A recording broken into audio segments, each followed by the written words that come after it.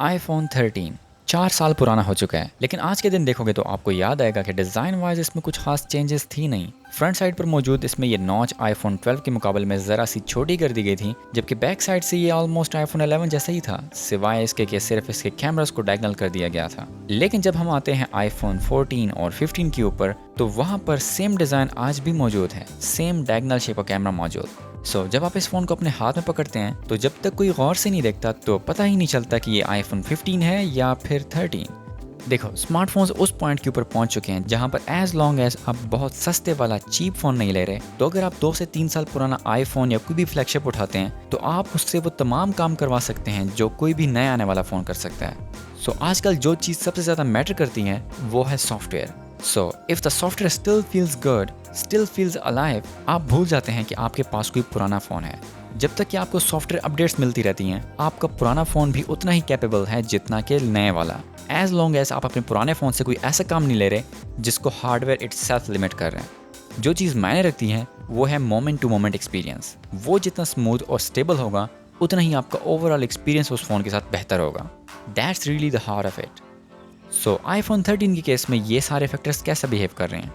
Well, short answer, very promising. It will receive iOS 26 और यहाँ पर मैंने इसके ऊपर इंस्टॉल किया हुआ है iOS 26 बेटा वर्जन। और इस नए सॉफ्टवेयर अपडेट की वजह से आई एम फीलिंग लाइक कि ये कोई पुराना फ़ोन है ही नहीं, बिकॉज इसने इस फ़ोन को एक नई फील दे दी है। बिल्कुल थिंक अबाउट इट, हम हर वक्त अपने फ़ोन की स्क्रीन को देख रहे होते हैं। अगर उस फ़ोन की स्क्रीन के ऊपर चलने वाला सॉफ्टवेयर नया हो जाए तो आपका एक्सपीरियंस फ्रेश फील नहीं होगा?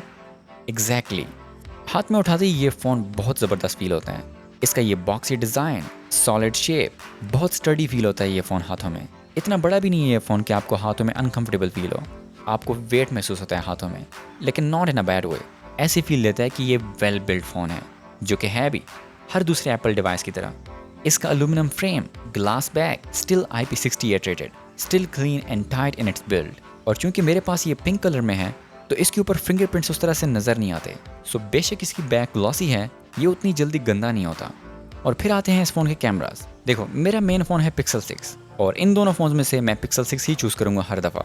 लेकिन जब बात आती है कैमरास की, तो जब मैंने दोनों फ़ोन के कैमरास को कंपेयर किया तो मैंने ऑब्जर्व किया कि iPhone 13 cameras better results produce कर रहे हैं compare to Pixel 6।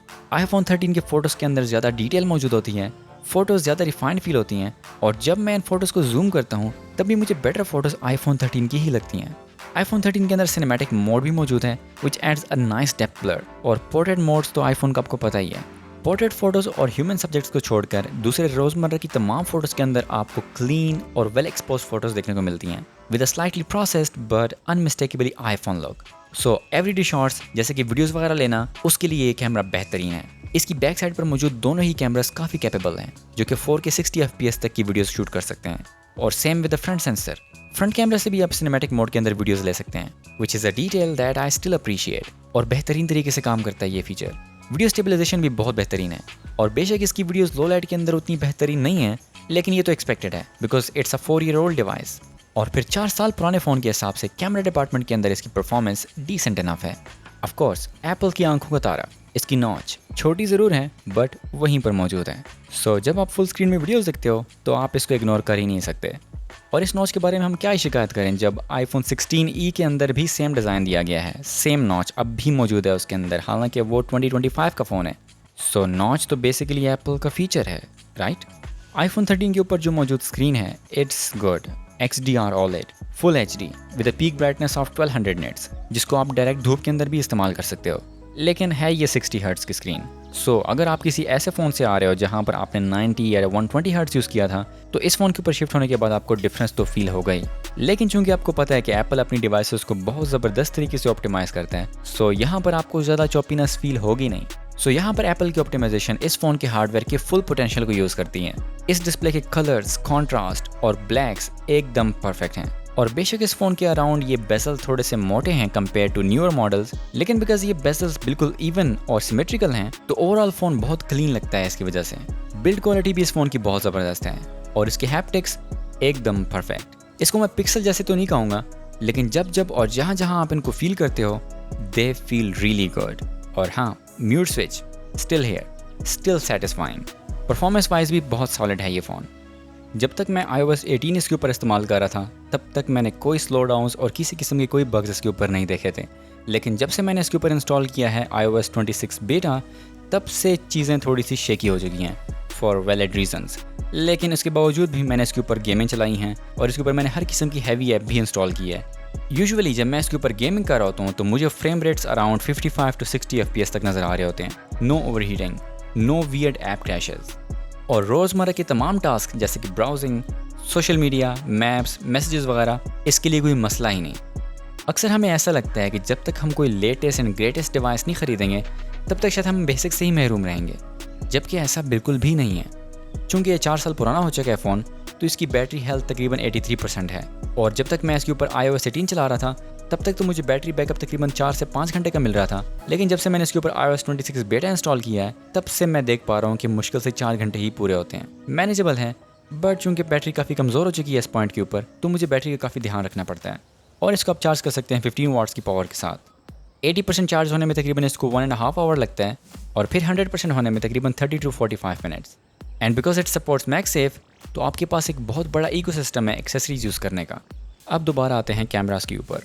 Front camera है 12 मेगापिक्सल्स का सेंसर जिससे कि आप शूट कर सकते हैं 4K 60 FPS तक की वीडियोस। इस कैमरे की कंसिस्टेंसी मुझे बहुत पसंद है। बेशक मैं स्टैंडर्ड मोड से सेल्फी ले रहा हूँ या फिर पोर्ट्रेट मोड में, दोनों ही मोड्स के अंदर कंसिस्टेंसी होती है। There is a balance in how it handle faces. Over sharpen नहीं करता ये आपकी फ़ोटोज़ को और ना ही टेक्सचर्स को गायब करते हैं। आपको डिटेल नज़र आती है फ़ोटोज़ के अंदर और जो स्किन की अपनी नेचुरल वार्मथ होती है वो भी मेंटेन रहती है। फ्रंट कैमरे से जब आप वीडियो शूट करते हैं तो उसके अंदर भी स्टेबलाइजेशन काफ़ी ज़बरदस्त है और फिर सिनेमैटिक वीडियो मोड तो है ही। बैक कैमरा की भी सेम ही स्टोरी है, it's good and reliable in good light, but जैसे ही लाइट थोड़ी सी कम होती है तो ऑफ कोर्स आपको नज़र आता है कि ये स्ट्रगल करने लगा है। पोर्ट्रेट मोड भी ठीक है बैक कैमरा से, ऑफ कोर्स टेलीफोटो कैमरा जैसा रिजल्ट तो नहीं है इसका, बट डिसेंट इनफ है। नाइट टाइम पे जब आप फोटोज़ या वीडियोस लेते हैं तो आपको वाज़ेह तौर पर लेंस ग्लेयर नज़र आता है। सो चाहे फिर होटल के अंदर मौजूद लाइट्स हों या फिर स्ट्रीट लाइट्स, नाइट टाइम पर आपको काफ़ी माइंडफुल रहना पड़ता है लाइट्स के अगेंस्ट। दिन के वक्त की जो उसकी वीडियोस हैं वो तो बेहतरीन होती हैं because of course it's an iPhone. बेशक ये 4 साल पुराना फ़ोन है, लेकिन जब बात आती है नाइट टाइम वीडियोस की तो यस, यहाँ पर आपको काफ़ी ज़्यादा ग्रे नज़र आती हैं और बहुत ज़्यादा सॉफ्टनेस नज़र आती है आपको वीडियोस के अंदर। But we can forgive that, क्योंकि दोबारा वही बात, 4 साल पुराना फ़ोन है। आज भी अगर आप इससे व्लॉगिंग करना चाहते हैं तो आप इससे व्लॉगिंग भी कर सकते हैं। एप्पल की सबसे अच्छी बात यह है कि ये अपने पुराने फ़ोन्स को भी अब तक सपोर्ट कर रहे हैं। सो दैट मीन्स कि जब इसको iOS 26 की अपडेट मिलेगी तो जिनके पास iPhone 13 या iPhone 11 या 12 मौजूद है तो उनके लिए ये वाली अपडेट एक ताज़ा हवा के झोंके से कम नहीं होने वाली। बिकॉज जैसा मैंने पहले कहा, ये वाली अपडेट मेरे इस फ़ोन को बिल्कुल फ्रेश फील करवा रही है and that's a big complement. और एक और चीज़, iPhone 13 के केस में हम ये भी एक्सपेक्ट कर सकते हैं कि अगले 2-3 साल तक मज़ीद इसको सॉफ्टवेयर अपडेट्स मिलती रहेंगी। दैट मीन्स iOS 27 और 28 तो मिलना इसको श्योर सी बात है। इसके स्पीकर ने मुझे कुछ खास इम्प्रेस किया नहीं, not bad, not impressive, just serviceable. अब आते हैं सबसे अहम सवाल के ऊपर, क्या मैं iPhone 13 2025 में इस्तेमाल कर सकता हूँ? Well, my answer is it's not just possible, it's practical.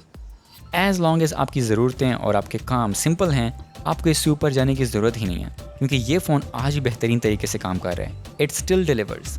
और अगर आपको ये अच्छी प्राइस पर मिलता है तो आप ना सिर्फ पैसे बचा रहे होंगे बल्कि साथ ही साथ आप इस फ़ोन को ई वेस्ट का हिस्सा बनने से भी बचा लेंगे, and that's a good contribution. मेरा नाम है मुबशर हमीद, आप देख रहे हैं मूवीट्रॉन और मैं मिलूँगा आपसे एक नई वीडियो में।